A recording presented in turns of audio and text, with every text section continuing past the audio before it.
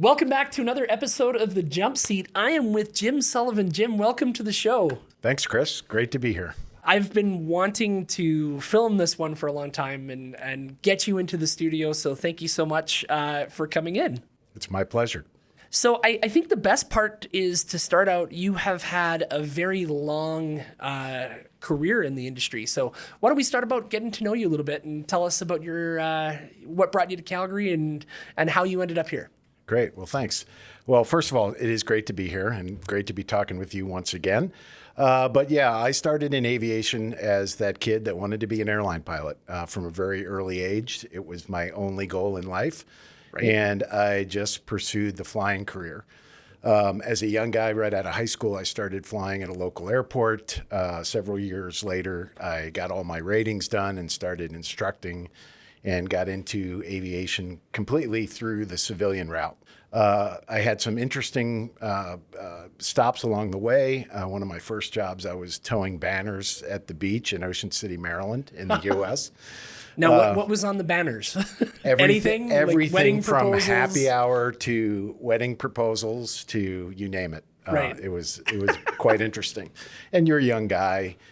You know where the pretty girls are on the beach, so you wave the wings as you go by. And, right, 100%. Yeah. So it was quite a experience. I also worked for the U.S. Naval Academy as a civilian flight instructor. Okay. Built up my hours through those two activities mostly, and then I started flying what at the time was a big business, canceled checks between the banking centers in the U.S. What? First in a light aircraft and then in Learjets later, and that's how I got my jet time. Wow, okay. I didn't even think that was an industry. Yeah, well, you're probably too young to remember this, but when you wrote a check, it had to be presented at the bank it was written from. So your credit card company would get your check, and it's got to be flown back to the original bank before they get paid.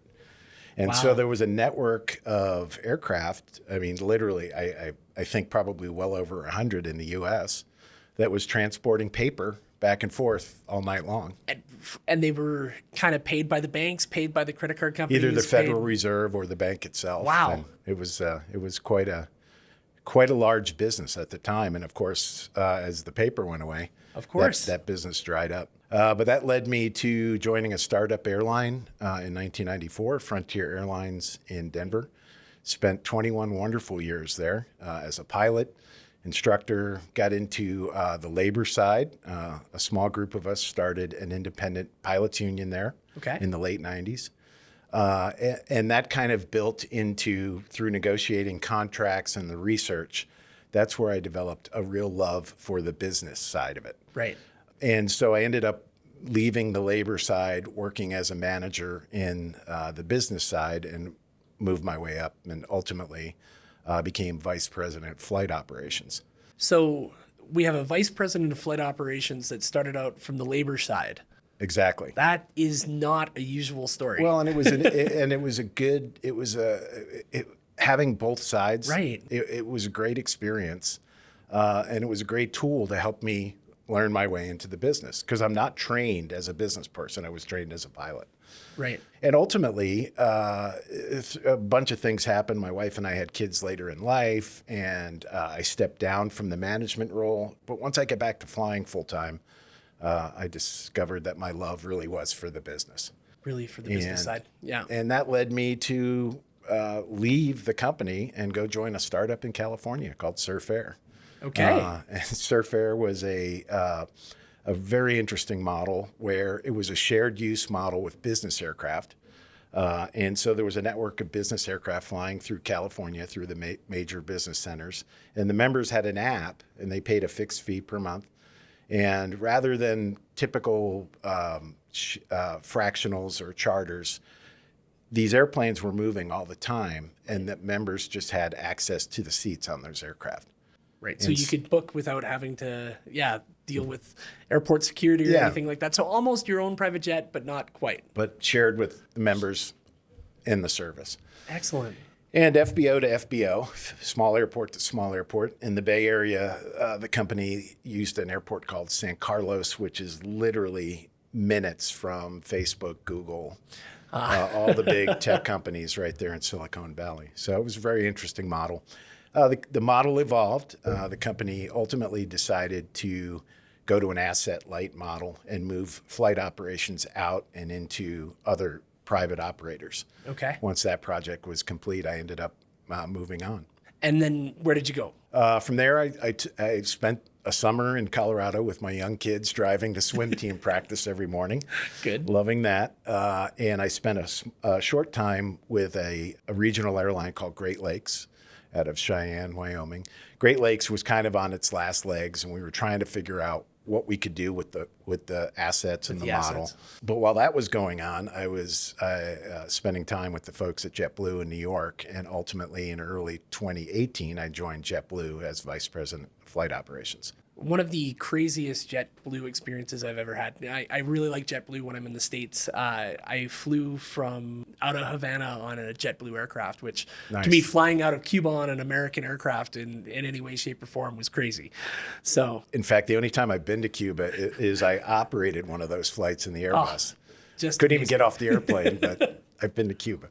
Like just sitting there boarding an American company's aircraft leaving Cuba was fascinating to me. But that was my good JetBlue experience that really stuck with me. Yeah, JetBlue's a great company, great brand. Right. A lot of positive changes happening there today that I think they'll be a player here in the U.S. market. Right. But we went through, getting to New York, moving to New York with my Colorado family was challenging. But we It's were just there. a small town like Yeah, New York, right? exactly. Like, what's the difference between Colorado and New York, right? Exactly. But we went through COVID out there, and that anybody that was in the airline business through that period, Right. it's something none of us ever could have imagined.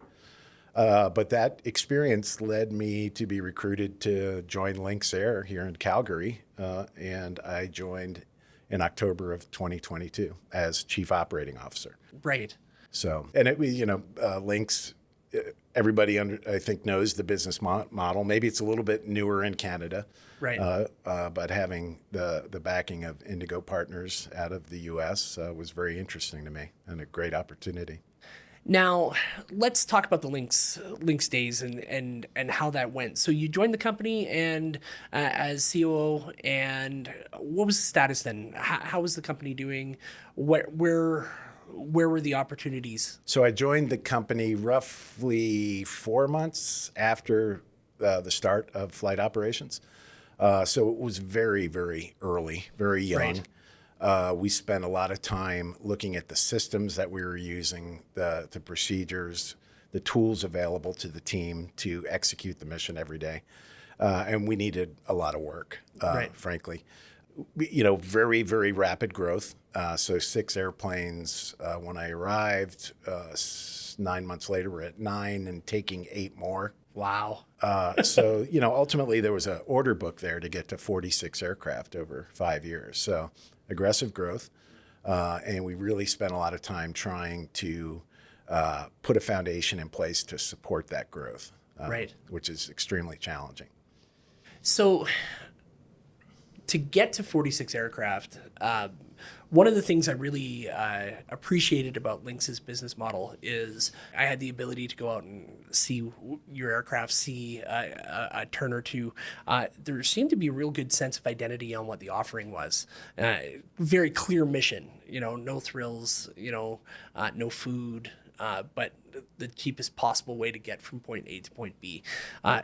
Is that a challenging business model? I think I know the answer considering the track records of ULCCs in Canada, but how challenging is that business model in the Canadian environment? Do you think it could be successful? Yeah, so the model itself, I think, at Lynx, we actually stripped it down more than most, right? Yeah. There was only poured water service. There was no beverages, nothing for sale on the aircraft. And we thought our differentiator would be that we provide better service. We provide a better experience in getting from A to B. The ultra low cost model, of course, has traditionally been challenging from a customer experience perspective. Right. And we were concentrating and focusing on the right team members, the right folks to deliver the product, to provide that elevated customer experience just through interaction, right? Right. I mean, you don't most remember human- what people say, but you remember the way they make you feel. So, Right. and you know, that was a work in progress. We weren't perfect right out of the gate by any means. But I think that the model, the business, from the customer perspective of the fare structure and providing a basic low fare and then paying for your services, I don't think that's as familiar in Canada as it is in the rest of the world, the U.S. and Europe. Definitely. And I think it's something that people are learning about. We got so many positive reviews from customers when we'd be on the aircraft and talk to folks. You know, we'd spend some time interacting. You know, invariably, you've enabled me to go see my grandkids every month. You know, those kind of statements. And it's not just our business model, but the ultra low cost model enables people to do that. I remember I was spending some time with one of the managers out in Calgary, and I asked, because I've known this gentleman for a long time, and he seemed pretty enthusiastic about his role. And I said, "It seems like you're really enjoying this. Like, what do you enjoy the most about working for Lynx?" And he said, "See that family over there? There's no way they get to Toronto if they're not booking us. Like they just can't afford it. Like, I talked to them checking in, and there's a family of 4, family of 5 going across Canada for, I think, less than $600. Like, it was something super cheap. And I mean, yeah, the ancillary fees can get you a little bit more, but to see how proud he was that family was able to go cross country was pretty cool. That's awesome. Yeah. The fees, you know, it's interesting too. I always challenge people and I say, well, go book a ticket and buy the services that you want and add up all the fees and see where you are. And invariably, it's still significantly cheaper than the duopoly here in Canada. And it seems like the duopoly is kind of answering the ULCC model by trying to get into it themselves on certain parts of their cabin and certain parts of their ticket. So there's got to be something there. Yeah, I think it's a perfect competitive response, right? Right. The difference is, I think, when you take a brand new Max 8 and you have 189 low fare seats, it's a different model than an airline with a mixed cabin and has a few seats in the back to offer. Right. You know, so I think it's a great competitive response and they're doing it in the U.S. as well. All the major competitors. In fact, there's been some public statements made about maybe the ultra low cost model is soon to be extinct. I think that all models evolve. So as the big guys evolve, so will the ULCCs. And I think everybody, you know, there's obviously airlines that are on stronger financial footing than others, as we just experienced. I think everybody will evolve, and you know, I think that capacity for the most part is there to stay. The model is here to stay, like you just said. The capacity is here to stay. What went wrong? And I know that's kind of $1 million question, but I know a lot of people in Canada were looking at Lynx as the kind of the heir apparent to the early days of WestJet, and kind of filling that third vacuum or a race between Flair and Lynx at the same time. So can you give me some insight into that? Yeah, I get asked all the time, you know. We were betting on you guys and above other players in the business. It's very simple. It takes a tremendous amount of capital to start any airline, much less an ultra low cost carrier. We were starting with a fleet of brand new Max 8s at tremendous cost. It takes a tremendous amount of capital. Now, there was a significant amount of capital raised, but there was almost more than twice the initial raise required to get us to profitability, north of $100 million additional. And at the end of the day, our investors were not ready to take that risk, and they decided to take their capital elsewhere. Now, did the foreign ownership limits kind of throw a kink in that, right? Like, you couldn't just go to an American investor to raise the money. You needed to have Canadian side kind of playing along or upping their investment to keep that ratio, or? Yeah, so in Canada, any individual foreign entity can only own 25%. Right. Less than 25%. So we had a U.S. company with the expertise that owned less than 24.99% of the equity. Then you get into different creative funding systems to inject more capital, but at the end of the day, they can only own 25% of the equity. And that was the company that had the expertise and success with the model all over the world. Right. At the end of the day, we got to a point where they couldn't like take over and just inject the capital and our company would move on. And we were not able to raise enough Canadian capital to bring the ratio up for everybody. Right. So look, it's not for the faint of heart, right? I mean, you're talking hundreds of millions of dollars at risk on an unproven market. And the Canadian market is a tenth the size of the U.S. So it's challenging. But I ultimately, look, we got to 9 aircraft. In my mind, there's no way you're getting to cash positive at 9 aircraft, but for a couple months in the summer. Right. We had to almost double from that point to get to a point where we're generating cash. And that should have happened in late 2025 had we been able to execute the plan. Now, what was the response? I know the duopoly, as you referred to it earlier on, was very aggressive. What was the response to Lynx? What was the response to a Calgary-based startup coming at the low fares in the market? Well, I'll tell you this: the response from the entire industry was aggressive. Yeah. You have Flair at significantly greater size and growing. You had Porter, you had the duopoly. Everybody was aggressive. Typically in the ULCC model, right, you look for city pairs, markets that either only have high fare competitors, but we were in a situation where we were starting by connecting the major cities in Canada, and the response from everybody was to dump traffic into some of those city pairs. Right. So, for instance, Calgary to Toronto, at one time, I think we had 6 airlines flying Calgary-Toronto. Obviously, that puts tremendous pressure on the fare and the revenue environment, and it hurts everybody. And it was at the same times as your flights. And did you see a difference between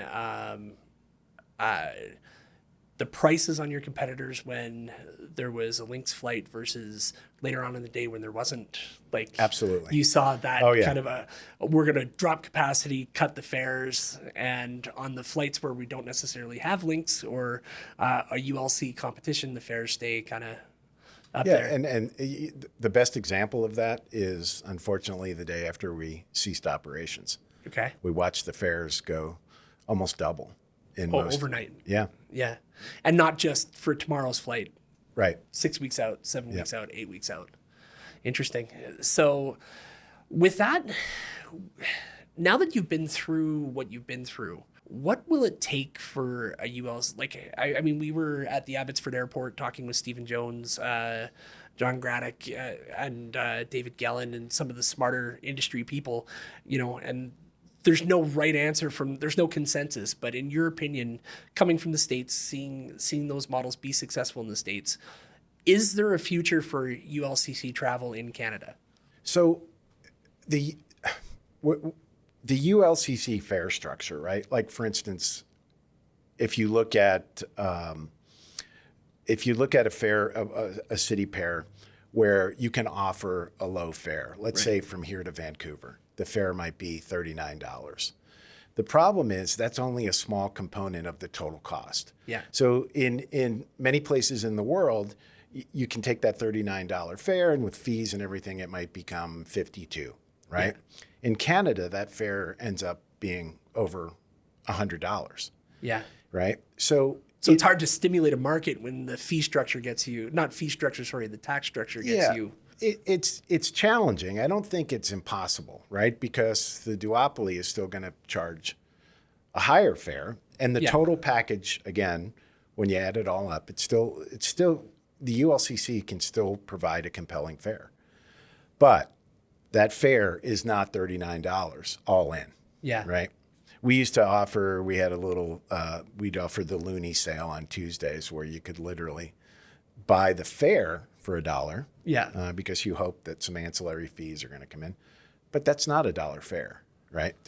What was a typical round trip dollar fare in actual cost to the traveler? I right off the top of my head, let's say here to Vancouver is probably going to be, around $80, $90, I would think. Okay, so again, for everybody who's listening here, $2 goes to the company and 87 goes to taxes. Something along those lines. That I don't is have the number. crazy. Yeah. Yeah. And think about, Toronto here to Toronto is even more mind blowing. Yeah.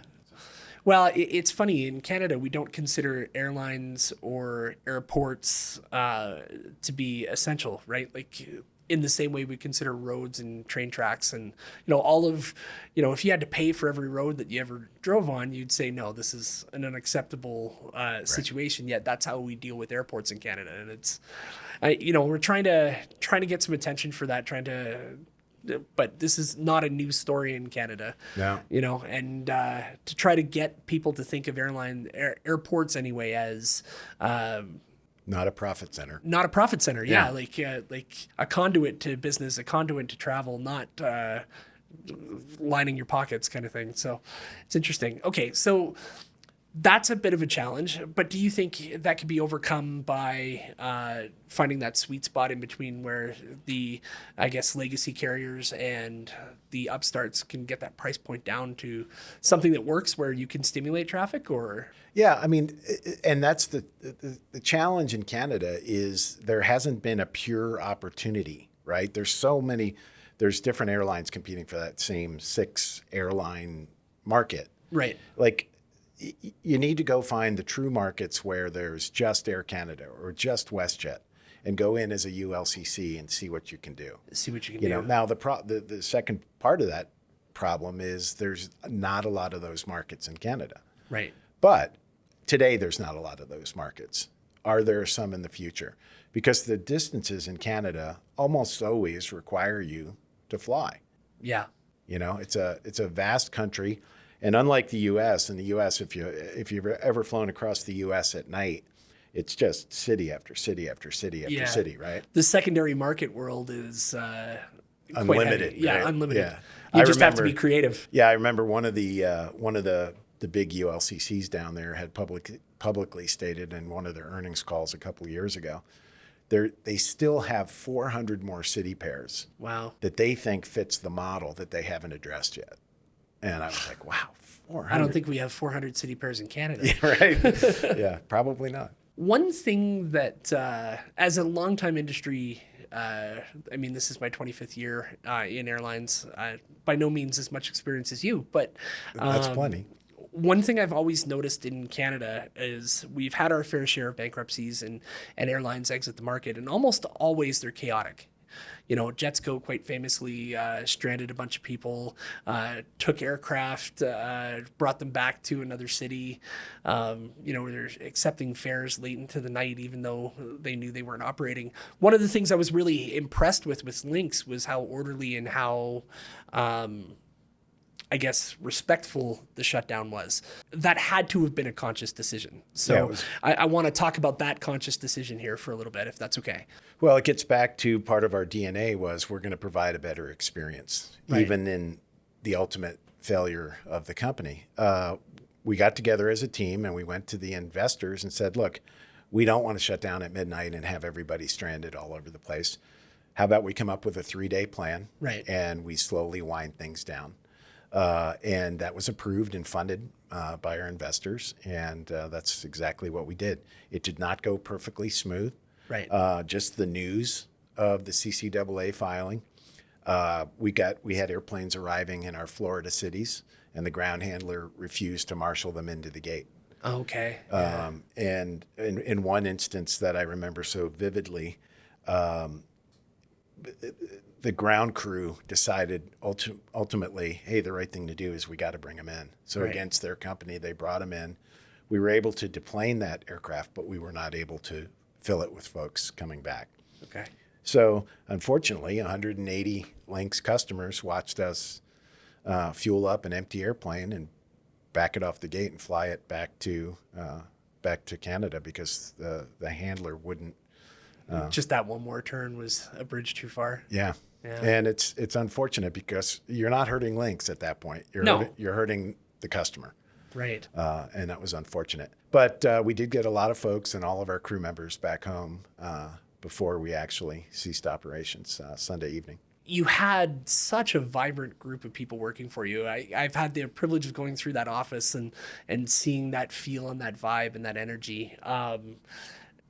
That continued after Lynx ceased operations. I know you worked tirelessly to make sure that this shutdown went as good as it could have gone for everybody, including people who were owed money. So what was that process like? What happens after Sunday? So the traveling public knows Sunday, Lynx is shut down, and you think the moving trucks are there on Monday and then it's over.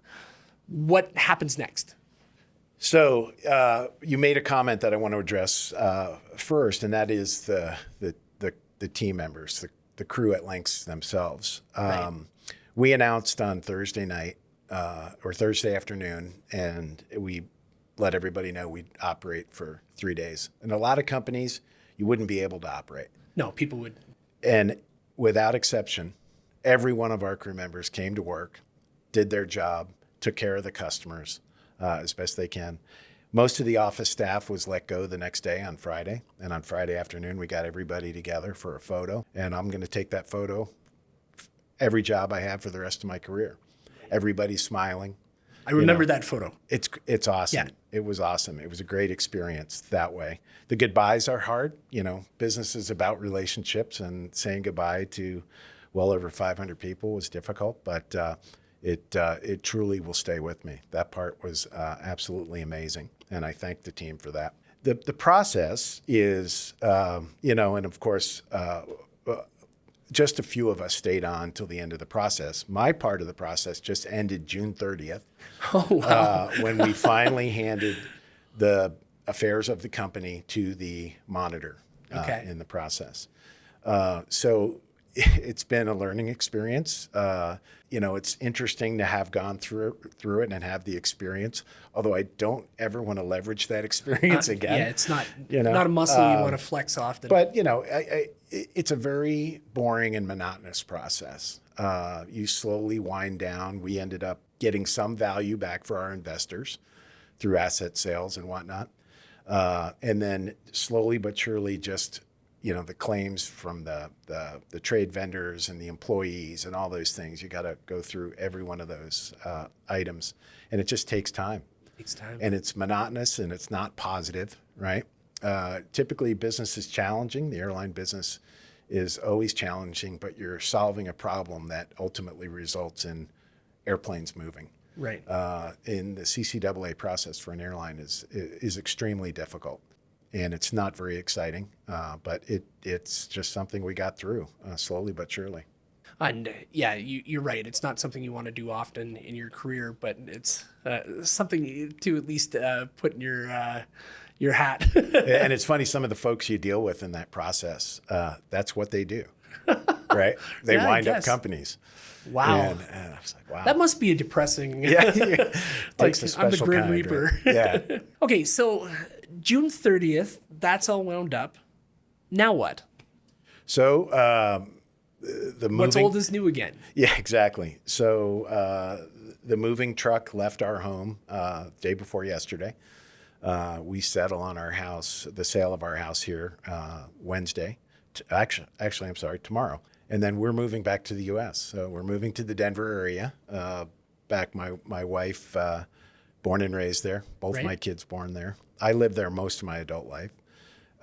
So we're heading back. We'll be there early August, and then mid-August, I'm joining a new company, a new but old company, Right. called Surf Air Mobility, which is the company, the evolution of the company I was with 10 years ago. So tell me about it. So I'm joining as president of Air Mobility, which Surf Air has evolved into a company that has 3 elements. It has a scheduled airline element. It has a technology pillar that is developing an operational system for all short-haul mobility companies. There's all kinds of eVTOL and Right. products, and Some of those developments are also building an infrastructure, and some are not. This would be a platform that any operator can use in short haul aviation, whether it's electric, traditional, what have you. And then the third part of the company is the development of electrification for the Cessna Caravan. Wow. And so That's ambitious. Yeah, it's very ambitious, very interesting, exciting business to be joining. I'm going to have the air mobility piece, so I'm going back to my airline side. Right. And the two brands, it's together the largest commuter airline in the U.S. Through Southern Airways Express and Mokulele Airlines in Canada. I'm sorry, Hawaii. It was funny when you said Mokulele, I got nostalgic because, like I said, I go to Hawaii quite a bit, and I used to fly on a previous version of Mokulele. I believe it was Mokulele Go, and just doing the inter-island hopping and getting to see different volcanoes and stuff like that. So Yeah. I get a little nostalgic when I hear that. Yeah, it's going to be fun. I can't wait. I have not seen Mokulele, so one of my first tasks, I will have to do some research. So, okay, so going back to your roots, going back home, that's exciting. That's a new venture for you. I would love to, when you get your feet wet, to come out to Colorado and see the operation and talk to some of the folks there and go from there. As a pilot, which is in your DNA, in your roots, the electrification of aircraft must be something interesting to think about.